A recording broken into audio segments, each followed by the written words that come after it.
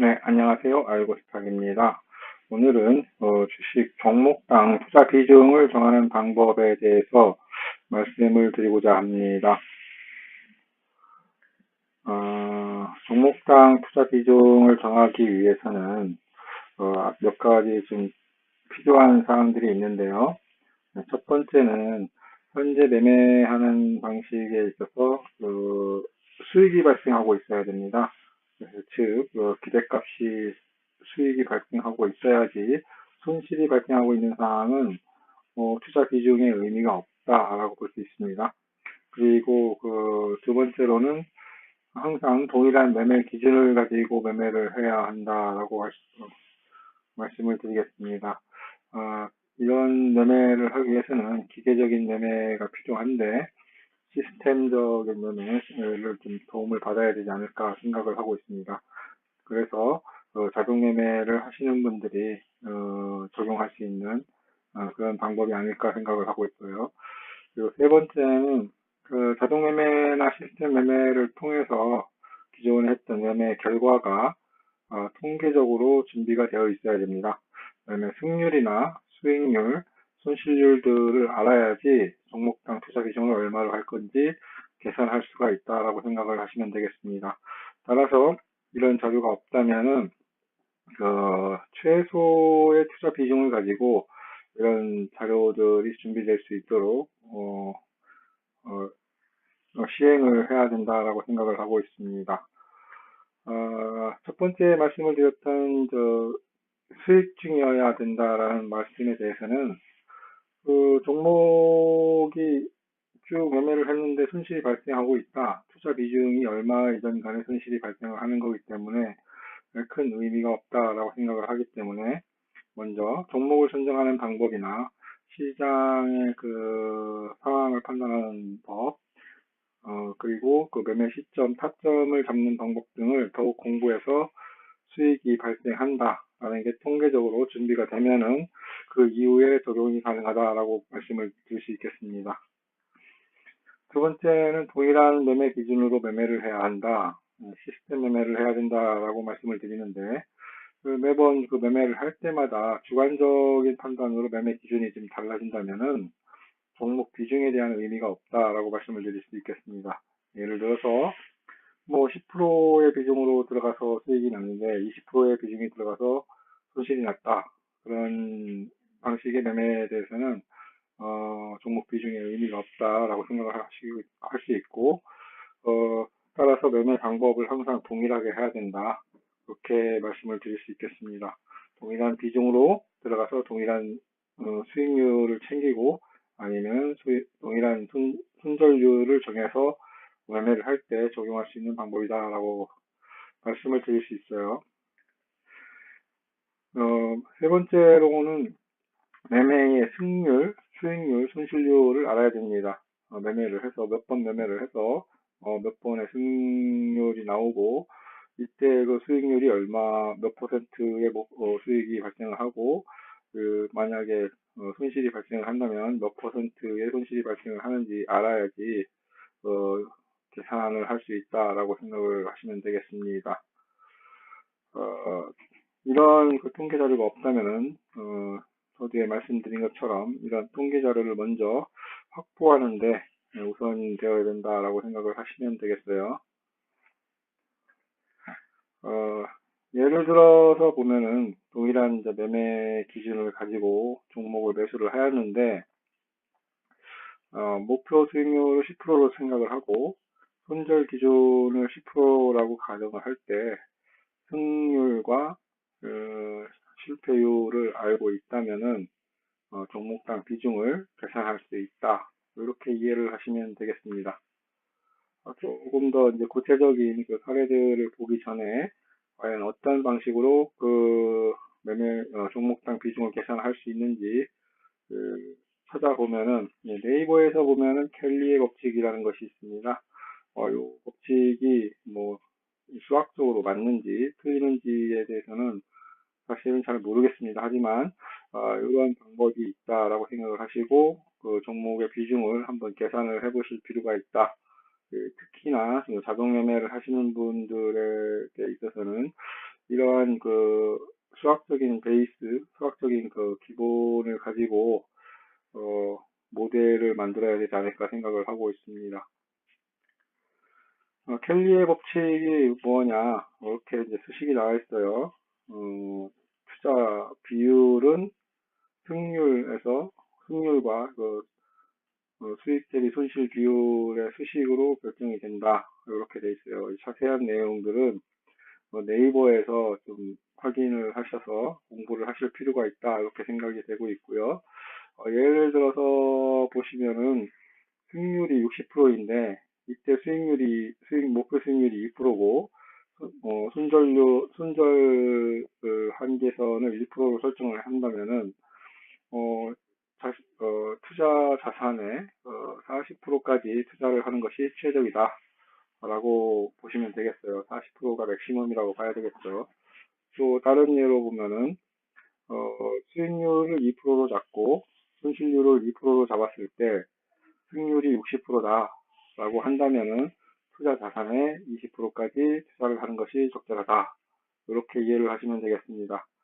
이제 실전적인 그 예를 들어서 좀 더 내용을 알아보자고 보면은 이 자동 매매는 수익률을 굉장히 짧게 잡잖아요. 수익률을 1% 정도로 생각을 한다라고 보면은 손실률은 1%에 체결이 안 된 종목들의 손실률은 예를 들어서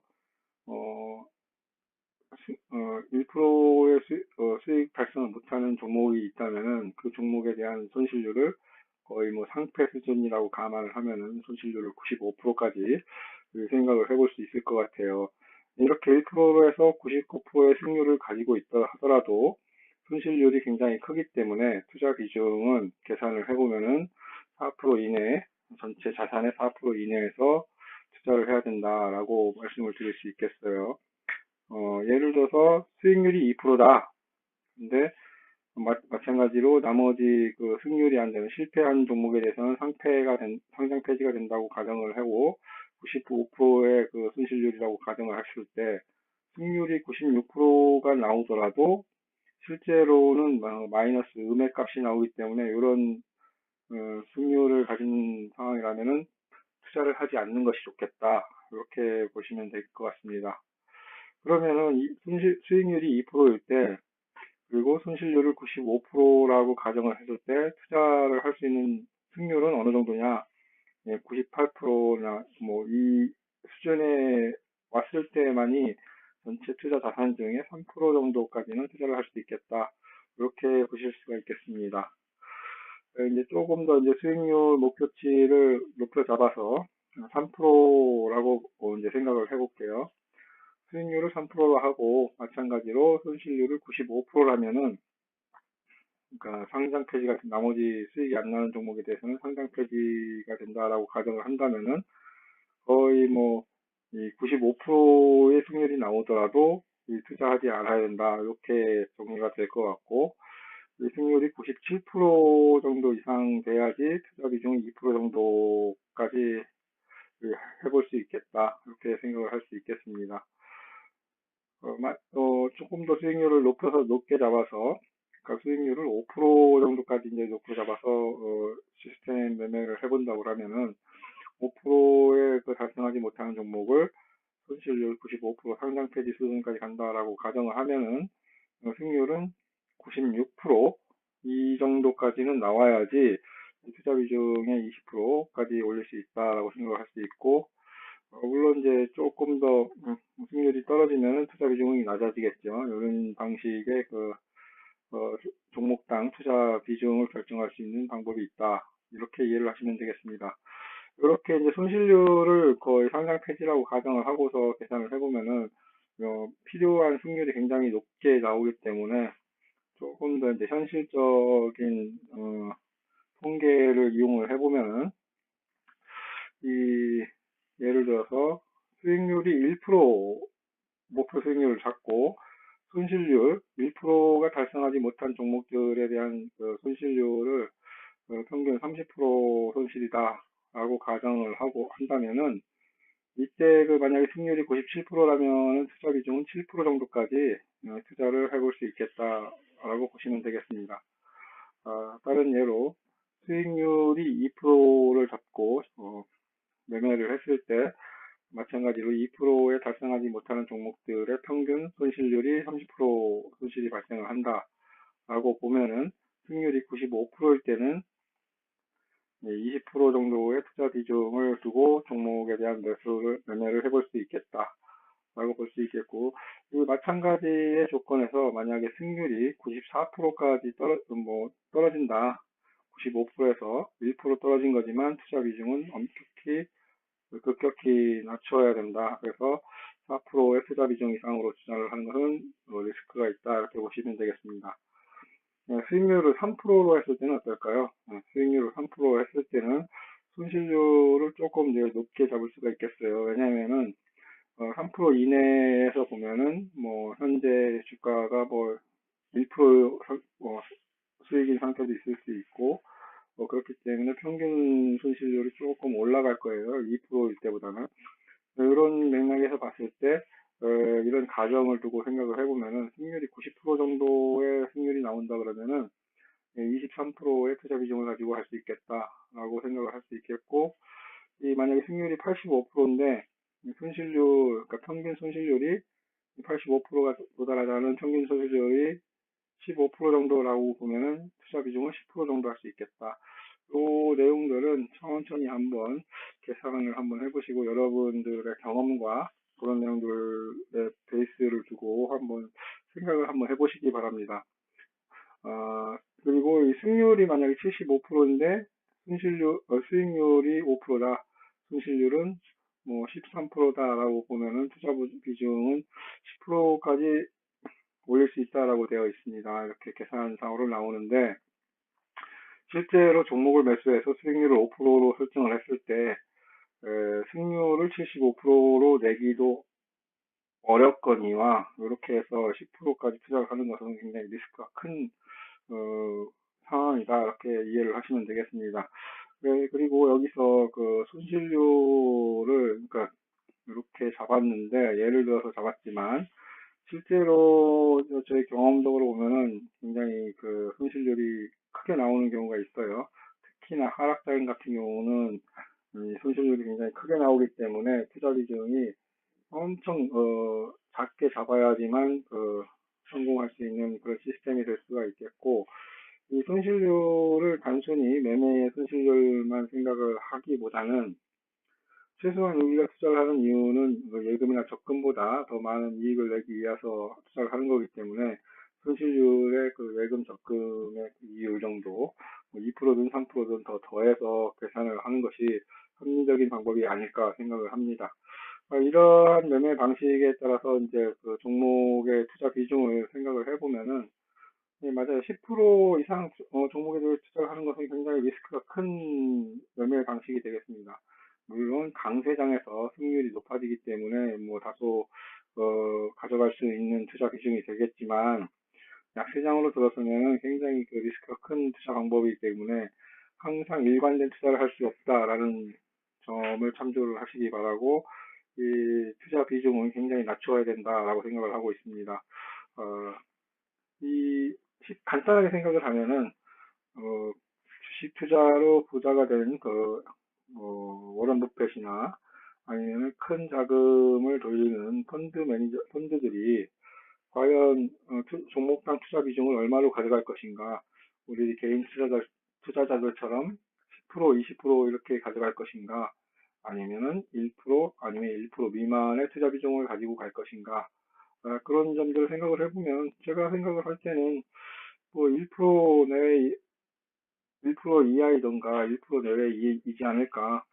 예를 들면 워런 버핏이 보유하고 있는 종목이 과연 100 종목이 안 되겠는가, 간단하게 생각해보면 그런 것 같습니다. 그래서 투자 비중은 굉장히 작게 가져가야 되는 것이 맞는 방법이다. 저는 그렇게 생각을 하고 있고, 그럴 때만이 이 주식 시장이 상승할 때 추가적으로 이익을 낼 수 있다라고 생각을 하고 있습니다. 저의 요지는 종목을 굉장히 많이 분산을 해야 된다.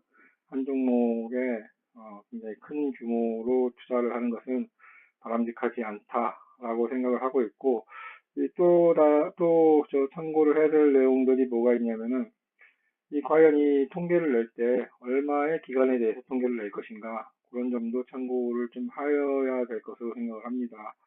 이 강세장과 약세장이 포괄적으로 포함되는 그런 범위 기간을 잡고서 그 통계를 확보를 해야지 합리적인 종목당 투자 비중이 결정이 될 것으로 생각을 하고 있습니다.